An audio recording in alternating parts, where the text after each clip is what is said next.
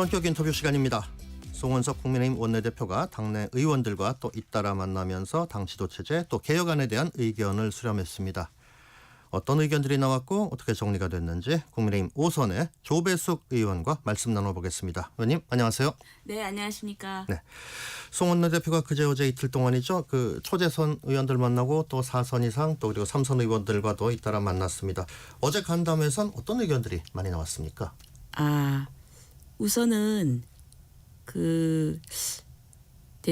대선이 이제 지났고 네. 지금 지도부가 지금 이제 어떻게 보면 공백 상태잖아요. 네. 그러니까 빨리 전당대회를 해서 이 정상적인 이 지도 체제를 갖춰야 된다. 이제 이런 의견이 많았습니다.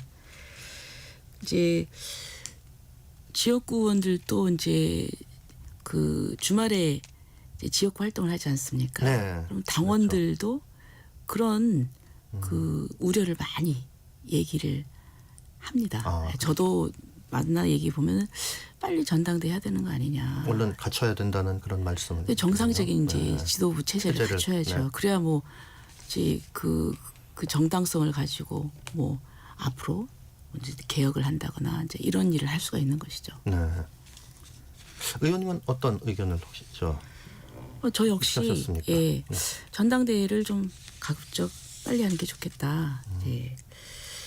그리고 또 어떤 이제 우리 당이 이제 대선 패배를 딛고 새롭게 나가야 될 것이 아니냐. 그러기 위해서는 우리의 잘못을 반성을 하고 이제 개혁을 하고 혁신을 해야 된다.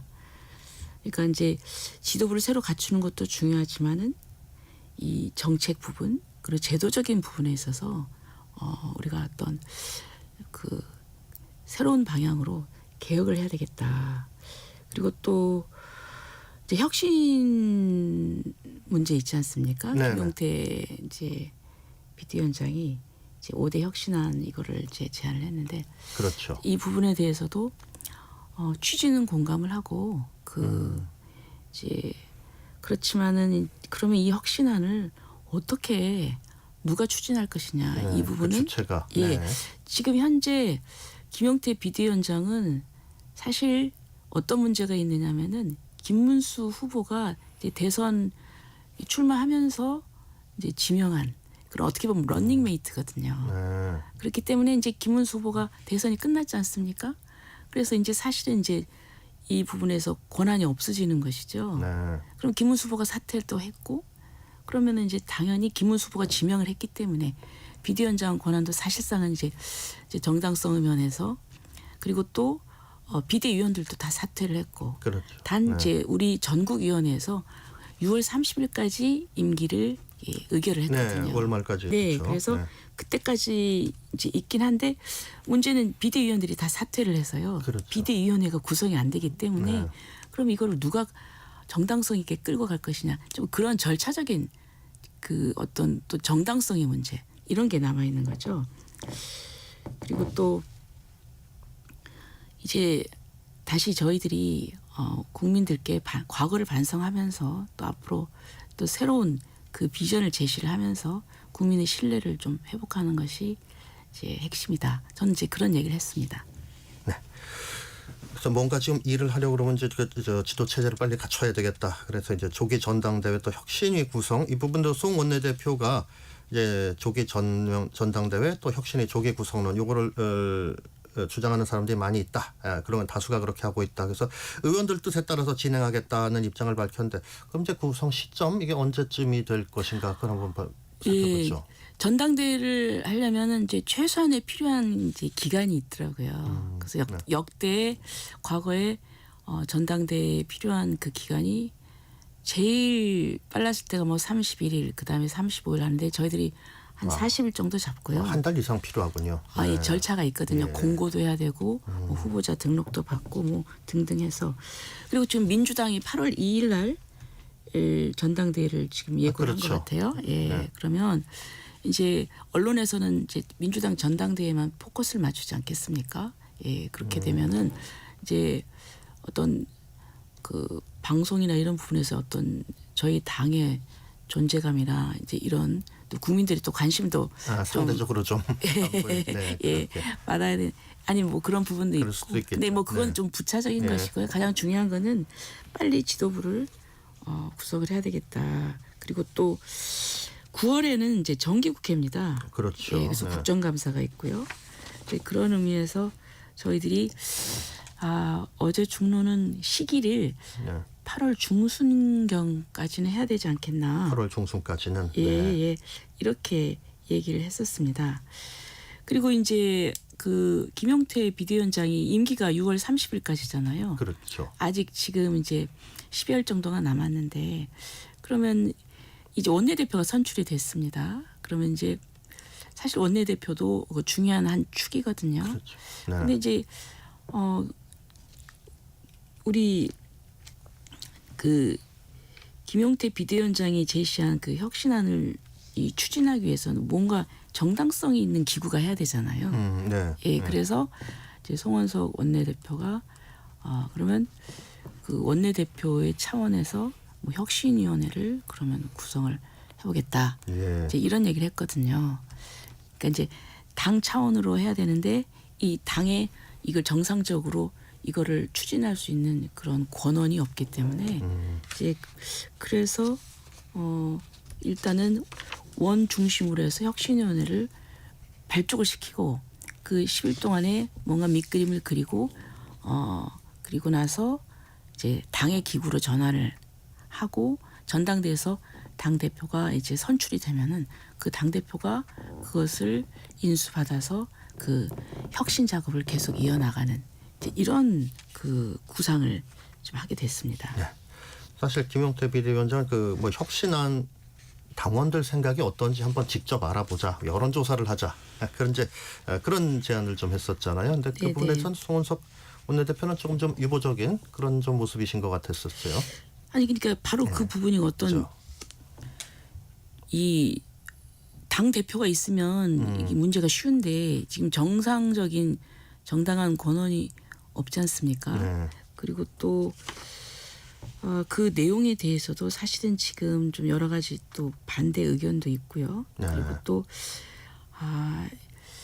저희들이 지금은 제가 생각할 때 아무래도 대선이 끝났고 정권이 교체되지 않았습니까? 예. 지금은 제가 볼 때는 민주당의 시간이고 이재명의 시간이다 이렇게 생각을 합니다. 네. 그런데 저희들이 뭔가 이제 이런 상실감 이런 것에 좀 너무 걱정한 나머지 너무나 그냥 그 빠르게 뭐 혁신 대안을 낸다. 이제 이런 거는 저는 조금 어렵지 않겠나. 뭐 안을 내도 그래도 좀 논의도 하고 그래서 제대로 된 안을 내야지. 네. 이것을 어떤 그런 조급함에 일을 하면은 좀 그것도 또 우리가 경계해야 될 부분이 아닌가 이런 생각을 합니다. 지금 말씀대로면 이제 그 지금 봐서 적어도 이 2달 안에는 그 전당대회를 좀 그 안에는 좀 전당대회를 치러야겠다는 그런 의견들이 좀 많으시다고 그랬는데 그러면 또 이제 그럼 누가 또 이제 그 나올 것이냐 그 얘기도 이제 좀 네, 슬슬 나오지 않을까요? 네. 어떻게 보십니까? 글쎄 거명되는 분이 좀 뭐 뭐 어저께 이제 언론을 보니까 뭐 여론조사를 또 했더라고요. 네. 예, 전당대회에서 누가 뭐 그 가능성이 뭐 있느냐 이제 뭐 조사를 했는데 뭐 김문수 후보, 뭐 한동훈 후보, 네네. 뭐 또 안철수, 나경원 이렇게 거명이 됐는데요. 아직까지 지금 뭐 본인들이 출마 의사를 분명하게 밝히신 분은 아직 안 계셔서 네. 좀 더 이제 좀 두고 봐야 될 것 같습니다. 의원분들 간에서도 좀 약간 그런 기류가 좀 있습니까? 혹시 뭐 누구를 좀 벌써 적임자가 좀 어떤 사람이 뭐 좋겠다 뭐 그런 얘기들은 좀 오가나요? 예, 그렇지만 이제 개인적인 의견이니까 지금은 이제 그거를 대외적으로 공표하기는 조금 이른 감이 있죠. 네. 예. 그렇군요. 그 최근 어제 귀국한 홍준표 시장이 그 후보 교체 사태에 대한 당무감사 그 관련해서 좀 언급을 좀 했습니다. 거기 이제 지도부하고 또 현역 의원들 다수가 좀 엮여 있다. 뭐 그렇게 얘기를 했었는데 홍 시장 발언에 대해 홍 전 시장 발언에 대해서는 좀 어떻게 좀 보셨습니까? 저는 이제 홍준표 전 시장께서 이제 당에 대해서 이제 걱정해가지고 또 하시는 부분도 있다고는 생각을 해요. 네. 하지만 저는 홍 시장께서 과거에 원내대표, 당대표도 했고 또 대선 후보로도 나오셨고 이번에도 또 그 당에 정말 중요한 위치를 차지하셨고 활동도 해보셨던 분인데 요즘 제가 발언하시는 것들을 보면은 상당히 좀 감정에 치우치신 것 같아서 네. 좀 이렇게 많은 분들이 좀 실망하고 있거든요. 좀 자제를 좀 해주셨으면 좋겠어요. 그래서 그 부분은 이제 사실 그 당시 지도부의 입장과 그리고 예. 의원들의 입장은 이 대선이라는 그 굉장히 중요한 선거를 앞두고 사실 승리해야 되지 않습니까? 예. 그렇게 된다면 조금이라도 경쟁력이 있는 후보를 내고 싶어 하죠. 그리고 그 당시에서 이 경쟁력을 따질 수 있는 거는 여론조사였었습니다. 근데 이제 여론조사에서 좀 높게 나오고 지표가 높게 나오니까 이제 당의 지도부나 또 의원들로서는 그런 고심을 했던 것이죠. 그런데 이제 결국은 그것이 당원들의 뜻에 따라서 다시 이제 이게 바로 잡아지지 원래대로, 않았습니까? 그렇게 됐죠. 예. 네. 그래서 저는 이 부분에 대해서 뭐 진상 조사나 뭐 이런 부분 뭐 할 수도 있다고 생각을 합니다. 하지만 저는 홍준표 전 시장께서 발언하시는 것이 좀 너무 도를 지나친 게 아닌가. 섭섭한 이런 마음을 너무 드러내시는 것 같습니다. 이제 공인이 된다고 하면 개인적으로 섭섭한 마음은 있다 하더라도 당을 위해서 그래도 좀 절제하고 이제 이런 좀 조심스러운 이 지적을 해야 되시지 않을까. 이 당에 정말 중요한 그 역할을 하셨던 분으로서 좀 품격 있는 그런 지적을 좀 해주셨으면 좋겠습니다. 네, 알겠습니다. 네, 그러면 저 민주당과의 또 관계에 대해서도 좀 관련된 질문 하나 좀 드리겠습니다. 지금 정치권 주요 이슈 중에 하나가 이제 총리 후보자 그 인사청문회죠. 그래서 인사청문회 이제 일정도 이제 나왔지 않습니까? 네. 근데 국민의힘에서는 그 총리 후보자에 대한 이제 여러 가지 의혹들을 지금 제기하고 있죠. 또 그러면서 이제 청문회가 아니라 수사 대상이다. 뭐 이런 얘기도 또 네. 하면서 이제 네. 여러 가지 이제 지적하고 계신데 김 후보자가 지금 뭐 기자들에게 또는 본인이 또 뭐 SNS라든지 이런 식으로 또 이제 해명을 좀 하고 있는데 좀 보시니까는 어떻습니까? 의혹 부분 해소에. 총리 자리는 네. 굉장히 엄중한 자리입니다. 대통령 밑에 뭐 그 1인지야 만인지상이라고 그렇게 표현을 하나요? 네. 그렇다면 그리고 그런 자리인 만큼 우리가 그냥 개인을 보는 것이 아니라 예. 공직을 수행함에 있어서 이게 모범이 되기 때문에 여기에서 하는 것들이 다 공직사회에 전파가 되고 또 국민들한테 또 일상생활에 있어서 하나의 규범이 되지 않겠습니까? 그래서 저는 그 제기된 의혹에 대해서 저는 그 자료를 제출하고 그래서 해명을 해야 되는데 제가 볼 때는 그게 아니라 이런 의혹 제기에 대해서 자꾸 뭐 정치적인 공세다 그리고 또 뭐 좀 감성적으로 접근을 하는 것 같아요. 의혹을 제기하면은 해명을 하면 될 일입니다. 근데 그 해명은 하지 않고 그 제가 볼 때는 예를 들면은 그 지금 아들의 유학 문제 있지 않습니까? 사실 미국에서 유학생을 하면은 굉장히 그 비용이 만만치가 않잖아요. 그렇죠. 네. 근데 그 당시 이제 그 김 후보자가 뚜렷한 뭐 어떤 수입원이 없다고 생각이 되는데 그럼 어떻게 그렇게 다녔느냐? 그러니까 이제 뭐 가족사를 얘기해서 좀 그렇습니다만 이혼한 그 전 부인께서 아들이니까 거기다 뭐 지급을 했다. 그러면 거기에 대해서 그 지급한 자료를 제출하면 될 일입니다. 그런데 이제 그 부분에 대해서 이제 제가 볼 때는 오히려 이 김민석 후보께서 정치를 오래 하셨고 알 텐데 의혹이 제기되면 자기가 뭐 당당하면 그 자료를 내고 해명을 하면 될 일이지 그 의혹을 제기하는 상대방한테 정치 공세다 이렇게 얘기하는 건 좀 아닌 것 같습니다. 네, 직접적인 답변을 하지 않고 그 질문한 사람에게 정치 공세다 이렇게 네네. 지금 예. 하고 있다는 말씀이시죠. 그래서 지금 증인 어제도 그 증인 명단 그걸 좀 논의를 했었는데 그 합의가 잘 안 됐다고 예, 하죠. 증인 채택이 안 예. 됐어요. 예.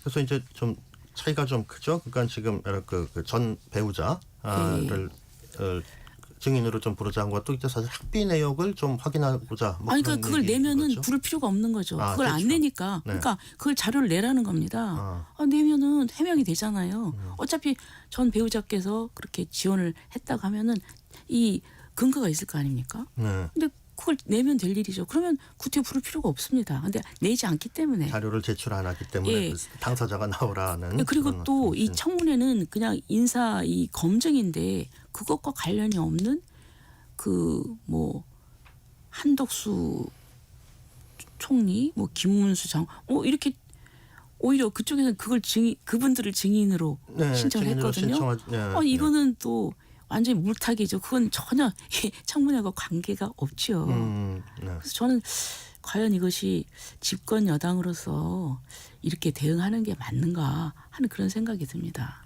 네. 그리고 또 이제 청문회를 거치고 국회 동의를 얻어야 정식 총리가 되지 않겠습니까? 그렇죠. 그런데 그 이전에 이미 총리가 다 된 듯한 그런 행보가 있어요. 예, 그러니까 그 외교 그 일본 대사관의 제가 정확하게 직함은 모르겠지만 그분을 만난다든가 네. 그다음에 또 어떤 부분에 대해서 뭐 간담회를 한다든가 뭐 보고를 받는다든가 그래서 그건 좀 너무 나간 게 아닌가 네, 이런 생각이 공개적으로 좀 그런 걸 듭니다. 보이는 것에 대해서는 그렇죠. 문제를 네, 제기하시는 거군요. 네.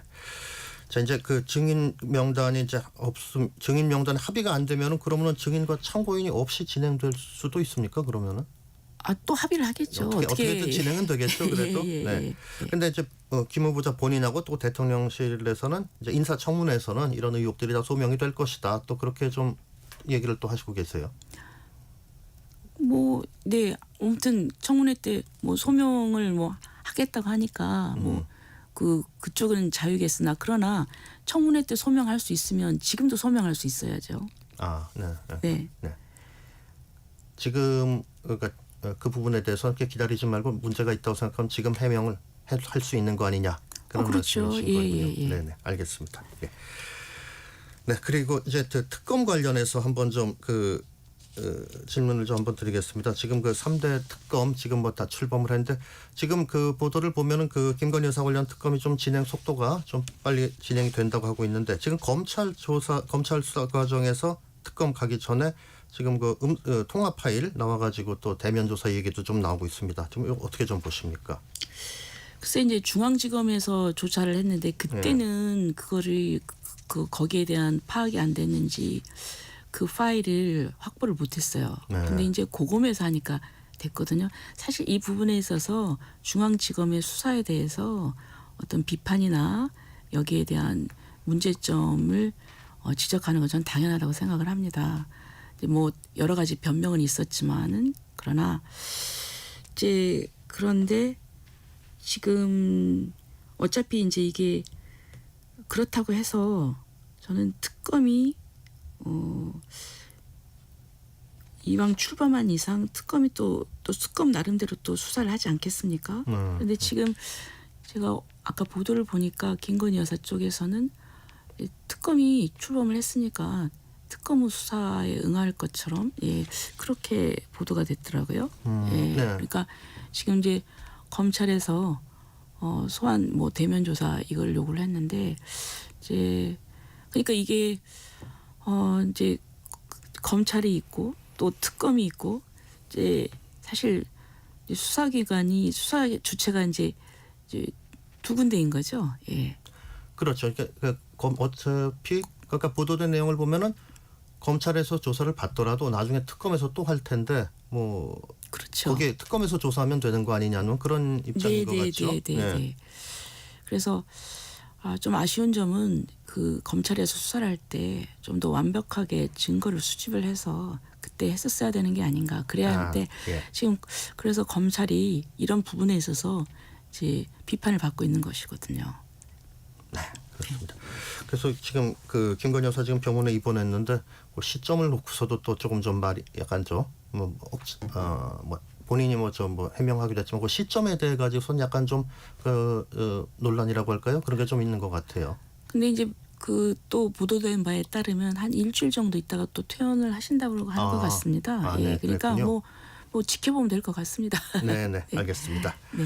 지금 그리고 좀 잠깐 국회 요거 관련된 질문 하나 좀 상임위 관련된 질문 드리고 오늘 그 인터뷰를 좀 마쳐야 될 것 같은데요. 법사위원장 자리 관련입니다. 법사위원장 관련해서 이제 그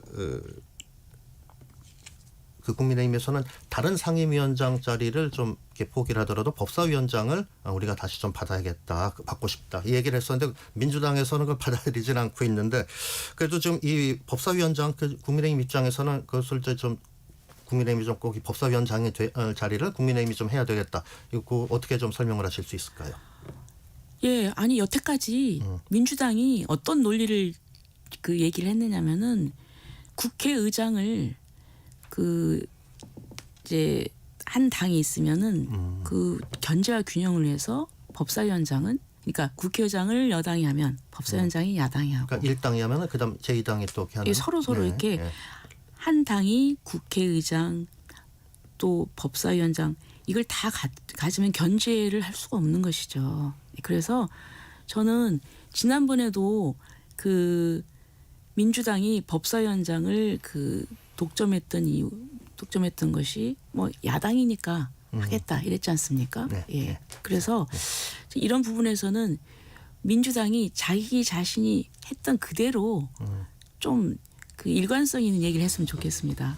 네, 필요에 따라서 이 자기네들은 못하겠다 이렇게 얘기를 하는데 논리가 궁색하죠. 네. 그러니까 본인 논리를 좀 지켰으면 하겠다 그런 말씀이신 것 같습니다. 네.